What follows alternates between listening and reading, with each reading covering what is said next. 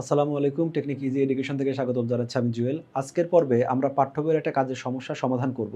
যেখানে আমাদের দেওয়া আছে একটা ত্রিভুজের নাম উল্লেখ করা আছে, ত্রিভুজের নামটা হবে এবিসি এবং যেখানে বিসি বাহু, যদি আমরা বিসি বাহুকে ভূমি মনে করি তাহলে সেই ভূমিটাই হলো 4.5 সেন্টিমিটার এবং একটা কোণ দেওয়া আছে 45 ডিগ্রি। এবি এবং এসি বলতে পারি যে বাকি দুইটা বাহুর অন্তর দেওয়া আছে 2.5 সেন্টিমিটার। ত্রিভুজটা আঁকতে হবে। এখানে যে ভ্যালুগুলো দেওয়া আছে এক্সাক্ট সেই ভ্যালুগুলো আমরা ব্যবহার করব। তবে অনেক সময় এই প্রশ্নে একটু চেঞ্জ আসতে পারে, বলতে পারে যে বাকি দুই বাহুর অন্তর হলো 2.5 সেন্টিমিটার। এবি মাইনাস এসি বলা আর বাকি দুই বাহুর অন্তর বলা অর্থটা একই বহন করে। আমরা এই তথ্যগুলো ব্যবহার করে আমরা ত্রিভুজটা আঁকবো। শুরুতে আমরা তাহলে একদম এক্সাক্ট মানটা কপি পে করব, যে যতটুকু আমাদের 4.5 তো 4.5 এ নিব, বি 45 ডিগ্রি 45 ডিগ্রি নিব। সাধারণত 45 ডিগ্রি 60 ডিগ্রি এই টাইপের ভ্যালুগুলো বললে জ্যামিতিক পদ্ধতিতে আঁকাটা ভালো। আমরা আগের পর্বগুলোতে তোমাকে জ্যামিতিক পদ্ধতি দেখিয়েছি। তবে যেহেতু এখানে উল্লেখ নাই জ্যামিতিক পদ্ধতিতে আঁকো বা এরকম কোনো কথা, আমরা চাইলে সেটা চাঁদাও ব্যবহার করতে পারি। প্রথমে আমরা ২ টা কাজ করতে পারি। আমাদের একটা বাহু ছিল 4.5 সেন্টিমিটার। যদি আমাদের এইটাকে আমরা সেন্টিমিটার এককেই নিয়ে যাই, যদিও এটা ইঞ্চি এককে আছে, এটা আমি সেন্টিমিটার একক বিবেচনা করছি। তাহলে আমাদের প্রথম বাহু যেটা হবে সেটা হবে 4.5 সেন্টিমিটার। শুরুতে তাহলে আমরা স্কেল নিয়ে এখানে জাস্ট 4 পয়েন্ট আমি স্কেলে নিয়ে একদম 4.5 সেন্টিমিটার পর্যন্ত একটা বাহু নিয়ে নিব। এই বাহুটার নাম এখানে কিন্তু দেওয়া আছে বিসি। যে বাহুটা বিসি দেওয়া আছে এই বিসি বাহুটাকে আমরা ছোট হাতের কোনো অক্ষর দিয়েও প্রকাশ করতে পারি। যদিও এক্ষেত্রে এতটুকু বাঁধাধরা নিয়ম নাই যে তোমাকে বাধ্যতামূলক এভাবেই প্রকাশ করতে হবে। কিন্তু তুমি দেখো, যদি আমাদের একটা ত্রিভুজ হতো এরকম, একটা ত্রিভুজ এরকম হতো, এটার নাম দিলাম এ, এটার নাম হলো বি, এটার নাম সি। তাহলে এই যে বিসি বাহুটাকে যদি একটা অক্ষর দিয়ে প্রকাশ করি তাহলে সেটা কি বি বিন্দুতে প্রকাশ করব না সি বিন্দুতে প্রকাশ করব? কারণ এই রেখাটার সাথে বা রেখাংশের সাথে বি আর সি দুইটাই যুক্ত আছে। এজন্য প্রচলিত একটা অর্থ আছে, আমরা বিসি বাহু সাধারণত যে কোণের বিপরীতে আছে সেই কোণ, অর্থাৎ আমরা এটাকে এ দ্বারা প্রকাশ করে থাকি। তাহলে এই প্রশ্নে যেহেতু উল্লেখ করাই আছে ত্রিভুজটার নাম হবে এবিসি, আর এই এবিসির মধ্যে বিসি বাহুর মানটা দেওয়া ছিল 4.5। তাহলে আমরা এখানে যে বাহুটা নিলাম 4.5, সেই বাহুটাকে আমরা ছোট হাতের এ দ্বারা প্রকাশ করতে পারি। তাহলে ইনফরমেশনে একটা গেল, বাকি একটা আছে হলো যে এখান থেকে আমাদের কোণও আঁকতে হবে, আর একটা আছে দুইটা বাহুর অন্তর দেওয়া আছে, অন্তরটা হলো 2.5। তাহলে আমরা অন্তরটা যদি 2.5 নিয়ে আমরা স্কেল নিয়ে জাস্ট 2.5 একটা নিব, 2.5, তাহলে অলমোস্ট আমাদের 2.5 এতটুকু আসবে এইটা। এই বাহুটাকে দুই বাহুর পার্থক্য বা ডিফারেন্স আমরা চাইলে এটাকে ছোট হাতের ডি দ্বারা প্রকাশ করতে পারি। এটাকে আমরা ডি দ্বারা প্রকাশ করলাম। তাহলে আমরা ওই যে দুইটা বাহু দেওয়া ছিল, একটা হলো ভূমি আর একটা দুই বাহুর অন্তর, সেটা আমাদের নেওয়া শেষ। এখন নিতে হবে একটা কোণের পরিমাণ, যেটা আমাদের 45 ডিগ্রি বলা আছে।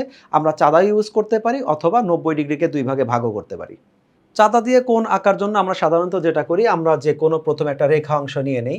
এই রেখাংশের উপরে আমরা চাঁদাটা, এই যে আমাদের নিউট্রাল পয়েন্টটা আছে সেই নিউট্রাল পয়েন্টে সাধারণত বসাই।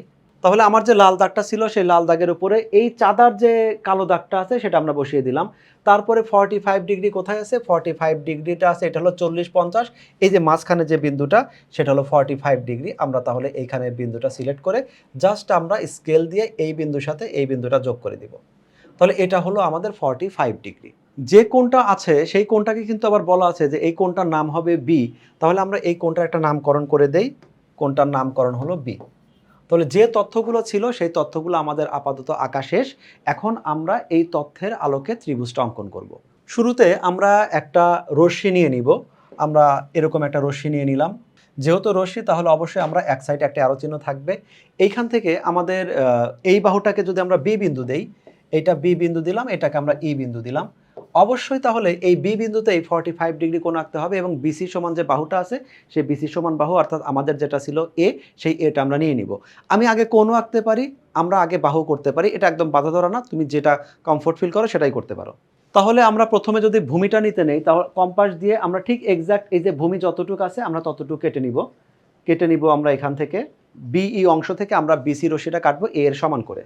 এই অংশটার নাম আমরা দিয়ে দিলাম বিসি, কারণ আমাদের প্রশ্নেই বলা ছিল যে এ যে বাহুটা হবে, অর্থাৎ এ ইকুয়াল যেটা আমাদের এ বাহু বা এ ইকুয়াল 4.5, এই যে বাহুটা আছে এটা অবশ্যই আমাদের এ এর সমান করেই নিতে হবে। এর পরবর্তী ধাপটা থাকবে বি বিন্দুতেই যে কোণটা আছে সেটা বি বিন্দু বি কোণই হবে, তার মানে বি বিন্দুতে কোণটা আমরা আঁকবো এবং কোণের সমান করে কোণ আঁকা। আমি এখানেও চাঁদা ধরে 45 করতে পারি, কিন্তু সবচেয়ে ভালো হয় এই জায়গায় যে কোণটা আছে জ্যামিতিক পদ্ধতিতে সেই কোণটা এখানে কপি করব। জ্যামিতিক পদ্ধতিতে কোণের জন্য আমরা জানি যে কোনো একটা ব্যাসার্ধের আমরা একটা বৃত্তচাপ আঁকতে পারি। এখানে আমার অলমোস্ট যেটা আছে ধরলাম এটা আমাদের কত, আমি 1.1 নিয়ে একটা বৃত্তচাপ আঁকছি, মানে আমার মাপ। তুমি শুধু কম্পাসটাকে ফিক্সড রাখবে, অর্থাৎ এইখানে শুরুতে আমরা যে কোনো একটা বৃত্তচাপ আঁকবো। যে বৃত্তচাপটা এখানে এঁকেছি সেই সেম বৃত্তচাপটাই আমরা আঁকবো হলো এই বি বিন্দুতে। প্রথমে জাস্ট বৃত্তচাপটা আঁকবো। বৃত্তচাপ আঁকার পরে এই যে দুইটা বিন্দু যেখানে আমাদের সেট করেছে দুইটা রেখাকে, ওই দুইটা ব্যবধান আমরা নিব। তাহলে কম্পাস আমরা নিয়ে যাই আবার এইখানে। ঠিক আমরা এই দুইটা বিন্দু ধরবো, জাস্ট দুইটা বিন্দুর যে আমাদের মধ্যবর্তী, অর্থাৎ এই বৃত্তচাপটা আঁকার পরে আমাদের যেটা কালো যে দাগটা আছে, লাল দাগটাকে যে এখানে সেট করলো, যে দুইটা বিন্দুতে সেট করেছে ওই দুইটা বিন্দু সমান ডিস্টেন্স আমরা এখান থেকে কেটে নিব। তাহলে আমরা এই যে কেটে নিলাম এই জায়গায়, তাহলে এই দুইটা বিন্দু আমাদের কাটা হয়ে গেল। এখন শুধু বিন্দু দুইটা যোগ করলে আমাদের এখানে কোণটা সমদ্বিখণ্ডিত হবে। সরি, কোণটা সমদ্বিখণ্ডিত না, কোণের সমান কোণ আমাদের অঙ্কন হলো। আমরা এখানে রেখাংশ না দিয়ে আমরা একটা অ্যারো চিহ্ন দিয়ে দিব, সেটাই ভালো। তাহলে এই যে রেখাংশটা আসছে এটাকে আমরা দিয়ে দিলাম বিএফ, বিএফটা দিয়ে দিলাম। এবার বিএফ হতে এই যে ডি বাহুটা আছে, ডি বাহুটা কেটে নিব এই বিএফ যে রেখাংশ রশ্মিটা আছে সেখান থেকে। তাহলে সেই রশ্মি সমান কাটার জন্য আমরা যেটা করব, এই যে ডি যে বাহুটা আছে এটা সমান করে কম্পাস যতটুকু কম বেশি করা দরকার করে এই অংশটা কেটে নিব আমরা এই বিএফ থেকে। তাহলে আমরা এই ডি এর সমান করে এই বিএফটা কেটে নিলাম। তাহলে এখন এইটার আমরা একটা নামকরণ করতে পারি। এই বিন্দুটার নাম আমরা দিলাম হলো ডি, অর্থাৎ যে বিন্দুতে ইন্টারসেক্ট করেছে। এবং খেয়াল রেখো এই যে রেখাটা আছে এটা কিন্তু আমরা ডি এর সমান করে কেটে নিয়েছি। তোমার এটা আবার এরকম অ্যারো চিহ্ন দিয়ে তুমি দেখাবে না, আমি জাস্ট বোঝানোর জন্য দিলাম। এর পরবর্তীতে আমি ডি আর সি বিন্দু যেটা আছে এটা জাস্ট নর্মালি যোগ করে ফেলবো। এখন এই জায়গায় আমাদের যে বাহুটা আছে ডিসি যে বাহুটা থাকলো সেটা আমরা জেনারেল ম্যাথে যদি আরেকটা নিয়ম ফলো করেছিলাম, আমরা কোণের সমান কোণ অঙ্কন করতে পারি, অথবা এই যে বাহুটা আছে শুধুমাত্র ডিসি যে বাহুটা আছে ডিসি বাহুটাকে আমরা লম্ব সমদ্বিখণ্ডক করব। লম্ব সমদ্বিখণ্ডক আমরা এর আগেও একদিন দেখেছিলাম, আমরা আজকে তোমাকে দুইবার আলাদা আলাদা করে দেখাই। কোনো রেখাকে লম্ব সমদ্বিখণ্ডক করার জন্য যেটা করতে হয়, এইখানে যে রেখাটা আছে যদি এই রেখাটাকে আমরা লম্ব সমদ্বিখণ্ডক করতে চাই তাহলে আমাদের এই রেখার যে দুইটা বিন্দু থাকবে, শীর্ষ যে দুইটা বিন্দু আছে এই বিন্দুতে প্রথমে আমরা যে কোনো এক পাশ সিলেক্ট করব এবং এই এক পাশে আনুমানিক একটা আইডিয়া নিব যেখানে আমার অর্ধেকের বেশি ব্যাসার্ধ নিয়ে আমি একটা বৃত্তচাপ আঁকছি। আমাদের টোটাল এই ডিস্টেন্সটা আছে অলমোস্ট 5.4 একক। আমরা এখানে 5.4 মানে আমি ধরে নিলাম যদি আমি 3 এককও নেই তাও আমার মোটামুটি অর্ধেকের চেয়ে বেশি আছে। এক্স্যাক্ট অর্ধেক নিতে হবে তা না, একটু বেশি নিয়ে আমরা এই পাশে একটা বৃত্তচাপ আঁকবো। আমরা এইখানে একটা বৃত্তচাপ আঁকলাম, আমরা কিন্তু 3 একক নিয়েছি। একই ব্যাসার্ধ ওইটা থাকবে, আমরা এখানে আরেকটা বৃত্তচাপ আঁকবো। এবার যে কাজটা আমরা এই পাশের বিন্দুতে করলাম, আমি ধরে নিলাম এই পাশের বিন্দুটার নাম হলো এ। এই বিন্দুটা যদি আমাদের এ হয় তাহলে এই পাশের যে বিন্দুটা আছে বি, বি বিন্দুতেও আমরা একই কাজ পুনরাবৃত্তি করব। অর্থাৎ আমাদের যেখানে 3 একক ব্যাসার্ধ নিয়ে দুইটা বৃত্তচাপ এঁকেছি সেই একই বৃত্তচাপ নিয়ে আমি এই পাশে আরেকটা বৃত্তচাপ আঁকবো এবং এই পাশেও আরেকটা বৃত্তচাপ আঁকবো। এবার এই যে দুইটা বিন্দু পাওয়া গেছে, এই যে একটা বিন্দু, এখানে একটা বিন্দু পাওয়া গেল আমাদের, এই বিন্দুটা এই বিন্দুটা, এই দুইটা বিন্দু জাস্ট স্কেল রেখে যদি আমি এখানে একটা দাগ দিয়ে দেই, স্কেল রেখে একটা দাগ দিয়ে দিলাম, তাহলে এইটাই হলো আমাদের লম্ব সমদ্বিখণ্ডিত। অর্থাৎ আমাদের এই যে বিন্দুটা আছে এই বিন্দুতে এই রেখাটা আমাদের সমান দুই ভাগে ভাগ হলো এবং এখানে একটা 90 ডিগ্রি তৈরি হলো। সেই একই কাজটা আমরা এখানেও কপি করব। আমাদের এখানে যেটা ডিসি যে বাহুটা আছে সেই ডিসি বাহুটাকে আমরা লম্ব সমদ্বিখণ্ডক করব একই নিয়মে। আমি ধরে নিচ্ছি এইখানের আমি দেখাচ্ছি না, ওই একই নিয়মটা ফলো করব। অর্থাৎ এইখানে যে দুইটা বিন্দু আছে ডি এবং সি বিন্দু, এই ডি বিন্দুকে কেন্দ্র করে দুইটা বৃত্তচাপ দুই পাশে আঁকতে হবে, সিকে কেন্দ্র করে দুইটা বৃত্তচাপ দুই পাশে আঁকতে হবে। তাহলে ধরে নিচ্ছি সেই আমাদের লম্ব যেটা হচ্ছে এইটা আমাদের একটা লম্ব হচ্ছে। তো এই যে এটা লম্ব বলতে লম্ব শুধু লম্বই না, লম্ব সমদ্বিখণ্ডক হচ্ছে। যে লম্ব সমদ্বিখণ্ডকটা হচ্ছে সেই লম্ব সমদ্বিখণ্ডকটা আমাদের এই বৃত্তটাকে, এই দুইটা রেখাকে ধরলাম সেটা আমাদের পরস্পর এই যে বিন্দুটা আছে এই বিন্দুতে ছেদ করলো, যে বিন্দুটার নাম দিলাম হলো আমি এ। আর এই যে রশ্মিটা ছিল সেটা কিন্তু আমাদের এফ ছিল, আমাদের বি এফ যে রশ্মিটা ছিল সেই বি এফ রশ্মিটাকে এ বিন্দুতে ছেদ করলো। এখন যদি আমি এই এ বিন্দুর সাথে আমি যদি এখানে সি বিন্দুটা যোগ করে দেই তাহলে আমাদের এ বি সি এটাই হবে আমাদের সেই কাঙ্ক্ষিত ত্রিভুজ। এইভাবে আমরা ত্রিভুজটা আঁকতে পারি এবং একই প্রসেসটা আমরা এখানেও দেখিয়েছি। যে ক্ষেত্রে আমরা প্রথমে ভূমি নিয়েছি, একটা রশ্মি থেকে ভূমি কেটে নিয়েছি, বি বিন্দুতে কোণ এঁকেছি আমাদের এই ৪৫ ডিগ্রি সমান করে। এইখানে যে অন্তরটা আছে অন্তরটা সমান করে আমরা বিডি অংশ নিলাম। তারপরে এই যে ডিসি রেখাটা আছে লম্ব সমদ্বিখণ্ডক, অবশ্যই চিহ্নগুলো উল্লেখ থাকবে এবং যে কাজগুলো আমরা এখানে করেছি সেই কাজের একটা সংক্ষিপ্ত বর্ণনা আমরা এখানে দিয়ে দিব। যে কাজগুলো তুমি যেভাবে ধারাবাহিকভাবে করেছো বুঝে বুঝে সেই কাজটাই। প্রথমে রশ্মি নিয়েছি, তারপরে আমরা কেটে নিয়েছি অর্থাৎ বাহুর দৈর্ঘ্যটা, কোণ অঙ্কন করেছি, অন্তর কেটেছি, সেই কথাগুলো আমরা বিস্তারিত এখানে বলে দিব।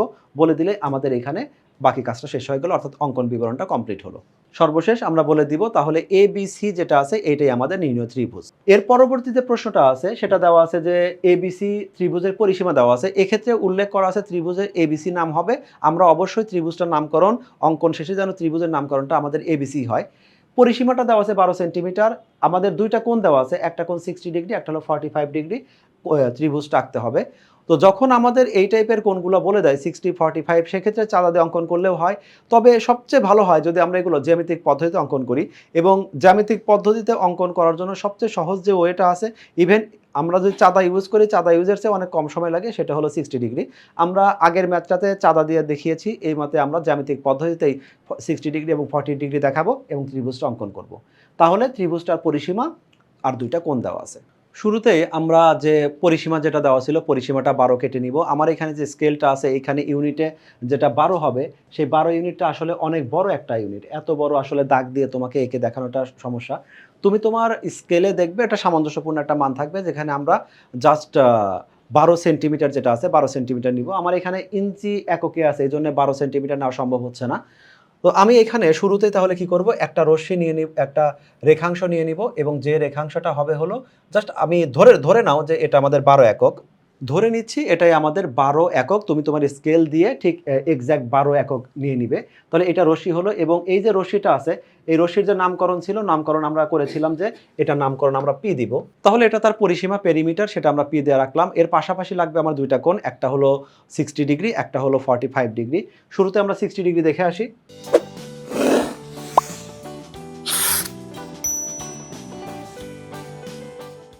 60 ডিগ্রির জন্য আমরা শুরুতে যে কোনো একটা রশ্মি নিব। এইটা একটা যে কোনো রশ্মি নিব, রশ্মি না, এটা রেখাংশ নিব। রেখাংশ নিয়ে এই যে চাঁদাটা আছে, কাঁটা কম্পাস আছে, এখানে যে কোনো ব্যাসার্ধ, একটা আনুমানিক যে কোনো একটা ব্যাসার্ধ আমরা নিব। এই ব্যাসার্ধটা যতটুকু হোক, আমার এখানে আছে 2.1, 2.1 দিয়ে আমি একটা বৃত্তচাপ আঁকলাম। যে বৃত্তচাপটা আঁকলাম আমি, ঠিক একই বৃত্তচাপটা আমি এইখানে আরেকবার কপি করব। তাহলে এই যে আমি দুইটা বৃত্তচাপ পরস্পর যে বিন্দুতে ছেদ করেছে, এই দুইটা বিন্দু যদি আমি যোগ করে দেই, এখানে যে কোণটা উৎপন্ন হবে সেটাই হলো 60 ডিগ্রি কোণ। এবং প্রশ্নে উল্লেখ করে দিয়েছে এই যে 60 ডিগ্রি যে কোণটা আছে এই কোণের নামকরণ করতে হবে। এই কোণটা হলো আমাদের বি কোণ, কোণটার নাম বি হবে। এখন আঁকতে হবে আমাদের 45 ডিগ্রি। 45 ডিগ্রির জন্য আমরা জানি যে প্রথমে হলো আমাদের একটা লম্ব আঁকতে হবে, একটা রেখাংশ বা রশ্মির উপর একটা লম্ব আঁকতে হবে। লম্ব আঁকানো আমাদের এটা অনেক আগেরই একটা প্রচলিত নিয়ম, আমরা হয়তো সবাই জানি, আমি আরেকবার তোমাকে দেখাচ্ছি। এক্ষেত্রেও যে কোনো ব্যাসার্ধ নিয়ে আমাদের প্রথমে একটা বৃত্তচাপ আঁকতে হবে এবং খেয়াল রাখতে হবে যে ওই যে বৃত্তচাপটা আমরা নিচ্ছি ওই বৃত্তচাপটা বারবারই পুনরাবৃত্ত হবে। আমি এখানে 2.1 নিলাম, তাহলে 2.1 দিয়ে একটা বৃত্তচাপ আঁকলাম। যে বৃত্তচাপটা আঁকলাম সেই একই বৃত্তচাপ 2.1 আমি ঠিক এইখান থেকে আর একটা বৃত্তচাপ নিব। এখান থেকে একটা বৃত্তচাপ নিলাম। ঠিক একই বৃত্তচাপটা আমি এখানে আবার আসব। এখানে আমি নিলাম আরেকটা বৃত্তচাপ। সাধারণত আমরা যেটা দেখিয়ে থাকি যে এইখানে একটা নেই, আবার একটু ফাঁকা রেখে আরেকটা নেই। তুমি সেটাও করতে পারো, আবার সরাসরি এখানে একটা দাগ দিতে পারো, দুইটাই অ্যাকসেপ্টেড। তারপরে আমরা কি করব, এইখান থেকে আবারও আরেকটা বৃত্তচাপ নিব, সেই একই ব্যাসার্ধ কিন্তু আমরা চেঞ্জ করব না। এই যে বৃত্তচাপ দুইটা এবার পরস্পর যেখানে ছেদ করলো, যদি আমরা একটা রশ্মি নেই, রশ্মি নিয়ে এখানে যদি আমরা রেখাংশ বা রশ্মি নিয়ে এটা যোগ করে দেই, তাহলে এখানে যে কোণটা তৈরি হলো এটা হলো আমাদের সমকোণ 90 ডিগ্রি। আমাকে আঁকতে হবে 45 ডিগ্রি। তাহলে এই 90 ডিগ্রি কোণটাকে আমরা সমান দুই ভাগে ভাগ করব। সমান দুই ভাগে ভাগ করার জন্য, কোণ সমদ্বিখণ্ডক করার জন্য আমাদের প্রথমে যে কোনো একটা বৃত্তচাপ নিতে হয়। এখানে অলরেডি আমাদের একটা বৃত্তচাপ আছে, তাহলে নতুন করে কোনো বৃত্তচাপ নাই। অর্থাৎ আমি বোঝাতে চাচ্ছি যদি আমাদের এই একটা কোণ, এই কোণটাকে সমদ্বিখণ্ডিত করার প্রয়োজন হয়, তো প্রথমে একটা আগে বৃত্তচাপ নিয়ে নিতে হয়। তারপরে বৃত্তচাপ দুইটা যে বিন্দুতে ছেদ করছে সেটা আমরা সিলেক্ট করি। কিন্তু এখানে আমরা দেখতে পাচ্ছি আমরা 90 ডিগ্রি অঙ্কন করার সময় একটা বৃত্তচাপ আমাদের নেওয়া আছে এবং বৃত্তচাপটা আমাদের যে বিন্দুতে ছেদ করেছে, আমাদের এই যে এই রেখাংশ, এই দুইটা, এই যে দুইটা বিন্দু আছে, এই দুইটা বিন্দুতেই আমি এখন কাজ করব।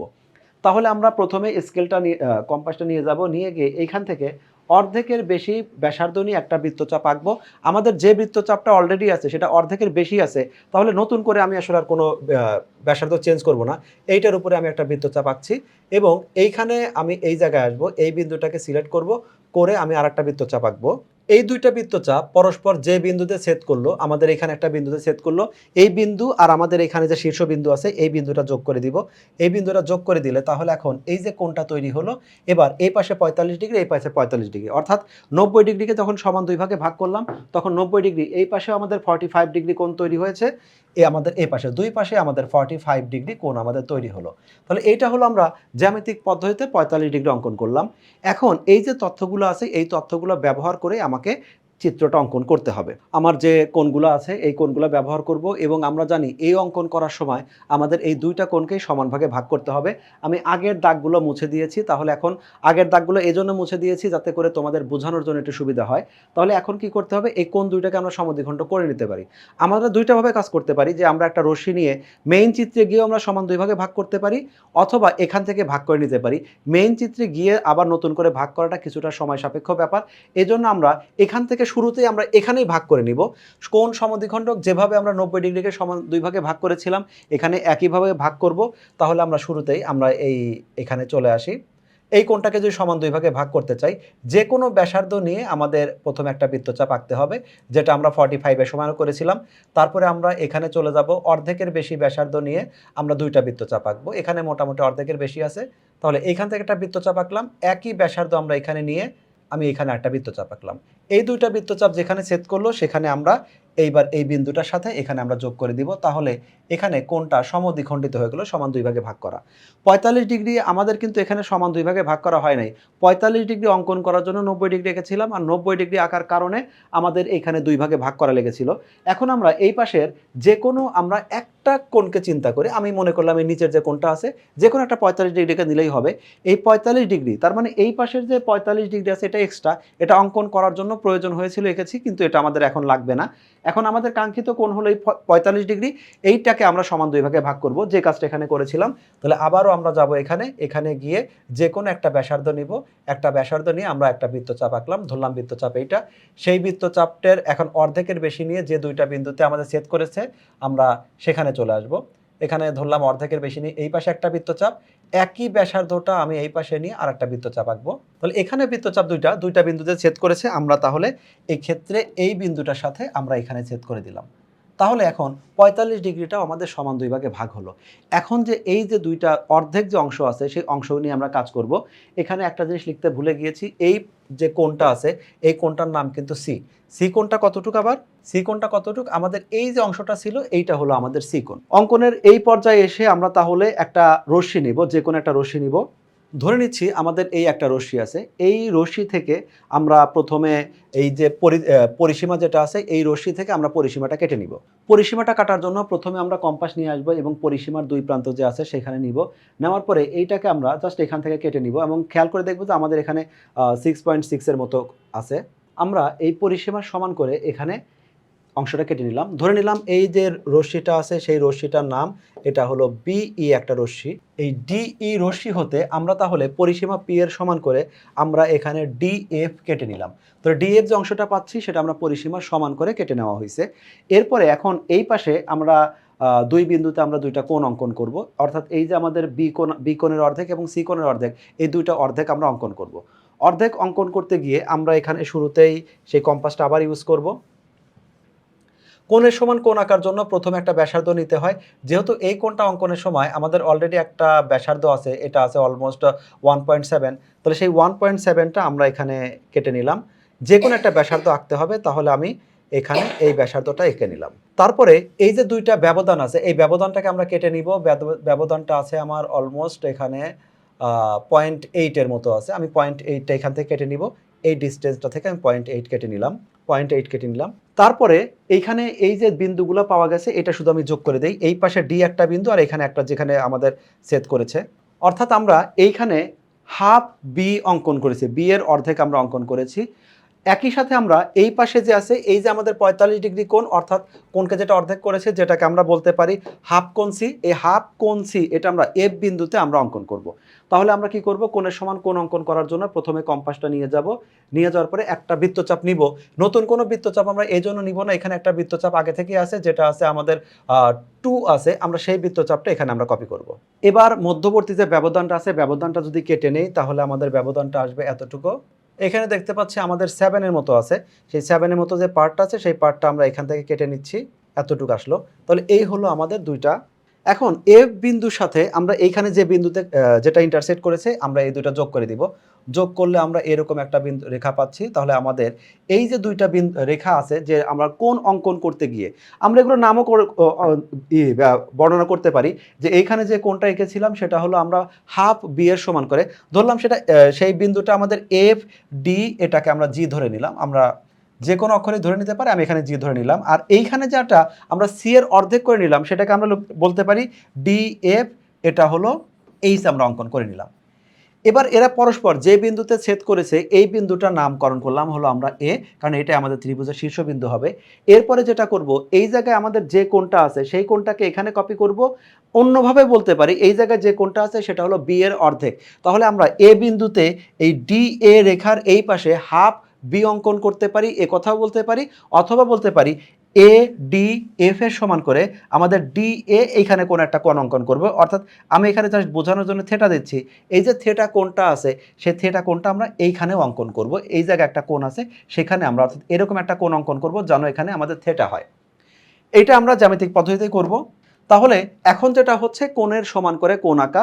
কোণের সমান করে কোণ আঁকার জন্য যেটা করতে হয়, একটা বৃত্তচাপ নিতে হবে, কিন্তু এইখানে আমি একটু ঝামেলা দেখতে পাচ্ছি যে আমাদের এই বৃত্তচাপটা এত বড়ই হয়েছে যে আমি এইখান থেকে যদি আবার নতুন করে বৃত্তচাপটা নিতে নেই তাহলে সেক্ষেত্রে একটু বেশি ডিস্টেন্সটা আমাদের দেখা যায় যে এইটাকে ইন্টারসেক্ট করে ফেলবে। সেজন্য আমি বোঝার জন্য নতুন করে একবার একটা আলাদা ডিস্টেন্স নিচ্ছি যাতে দুইটাকে ইন্টারসেক্ট না করে। তাহলে এখানে যে কোনো ব্যাসার্ধের একটা বৃত্তচাপ নিলেই হবে। আমরা এই একটা বৃত্তচাপ নিলাম, টার্গেট কি এই কোণটাকে আমি এখানে কপি করব, যেটা আমি থেটা দিয়ে দেখেছিলাম। তাহলে এখানে আমি এটা আছে আমাদের 1 সেন্টিমিটারের মতো, আমি একটা বৃত্তচাপ অঙ্কন করলাম যেটা হলো এই চাপের সমান করে। এখন আমি এই যে ডিস্টেন্সটা আছে এই ডিস্টেন্সটা আবার কেটে নিব দুইটা, অর্থাৎ আমাদের এটা যে দুইটা বিন্দুতে আমাদের ছেদ করেছে সেই বিন্দুটা নিয়ে নিব। তাহলে সেই ডিস্টেন্সটা আসছে আমার 5 এর মতো। তাহলে সেই 5টা কেটে নিব আবার কোন জায়গা থেকে, এই যে আমাদের নতুন যে বৃত্তচাপ আসছে সেইখান থেকে আমি 5 কেটে নিলাম। তাহলে এখন এই দুইটা বিন্দু যদি আমি এখন যোগ করি, এই দুইটা বিন্দু যোগ করলে কোন একটা জায়গায় ছেদ করবে, যে বিন্দুটাতে ছেদ করলো সেই বিন্দুটার নাম আমরা দিলাম হলো বি। একইভাবে দ্বিতীয়টার আমি দেখাচ্ছি না, সরাসরি করে দিচ্ছি। এইখানে যে কোণটা আছে সেই কোণটা যদি আমি এখানে কপি করি তাহলে এখানে হবে, অর্থাৎ এখানে যে কোনো একটা ব্যাসার্ধ সেই ব্যাসার্ধ সেম করব এবং এই জায়গায় যে দুইটা বিন্দুর পার্থক্য এই পার্থক্যটা নিয়ে নিব। তাহলে এইখানে ধরলাম এটা সি বিন্দুতে ছেদ করলো, অর্থাৎ এইখানে যদি আমাদের থেটা প্রাইম হয় আমি এখানে থেটা প্রাইম কপি করলাম, এইখানে যদি আমাদের থেটা থাকে এখানে আমি থেটা অঙ্কন করলাম। তোমরা থেটা লিখতে যাবে না, তোমরা নর্মালি এটা যেটা করবে এক্ষেত্রে শুধুমাত্র ওই অঙ্কনগুলোই করবে, থেটা 1 থেটা 2 এগুলো লিখবে না, আমি বোঝার সুবিধার জন্য দিচ্ছি। তাহলে ফাইনালি আমরা এইখানে যে একটা অংশ পাচ্ছি, অর্থাৎ আমি যদি এটাকে মার্ক করে দেই, যদি হলুদ কালার দিয়ে আমি মার্ক করে দেই, এই যে অংশটা পাচ্ছি এইটাই হলো আমাদের কাঙ্ক্ষিত ত্রিভুজ এ বি সি। একই কথাগুলো আমরা এখানেও করেছি ধাপে ধাপে, যে প্রথমে আমরা এখানে চিত্রটা দেখো, আমরা ঠিক একইভাবে একটা রশ্মি নিয়েছি, সেই রশ্মিটাতে এই আমরা কার সমান করে পরিসীমা পি এর সমান করে রশ্মি নিয়েছি, যে কোণটা দুইটা ছিল সেগুলোকে আগে দুই ভাগে ভাগ করেছি। করার পরে এই জায়গায় কিন্তু আমরা সেই আগে দেখো এখানে যেভাবে লিখেছি সেভাবে লিখবে, থেটা 1 থেটা 2 এগুলো দেওয়ার কোনো প্রয়োজন নাই, আমি বোঝানোর জন্য জাস্ট বলেছি। তাহলে এখন আমরা প্রথমে এই ডি বিন্দু এবং ই বিন্দুতে হাফ বি এবং হাফ সি অঙ্কন করেছি এবং তারপরে এইখানের যে কোণটা ছিল, এইখানের যে কোণটা আছে আমি আবারও লিখলাম থেটা, থেটাকে এখানে থেটা কপি করেছি, কোণের সমান কোণ, এইটাকে আমাদের যেটা থেটা প্রাইম আমরা থেটা প্রাইম অঙ্কন করেছি। এই অঙ্কন করার সময় রশ্মিটা আমাদের ডিজিকে দুইটা বিন্দুতে ছেদ করলো, তাহলে এই তিনটা বিন্দু নিয়ে যে আমাদের ত্রিভুজটা হলো সেটাই হলো আমাদের কাঙ্ক্ষিত ত্রিভুজ। এই সংক্ষিপ্ত বর্ণনাটাও তুমি দিয়ে নিবে, তাহলে তোমার বলবে সর্বশেষ বলে দিবে এবিসি হলো আমাদের নির্ধারিত সেই ত্রিভুজ। আশা করি ম্যাথগুলো বুঝতে পেরেছো, বাসায় প্র্যাকটিস করো, তাহলে তোমরা কমফোর্টলি আঁকতে পারবে এবং আমাদের সাথে পরবর্তী পর্বে যুক্ত হও নতুন কোনো এপিসোড দেখার জন্য। আল্লাহ হাফেজ।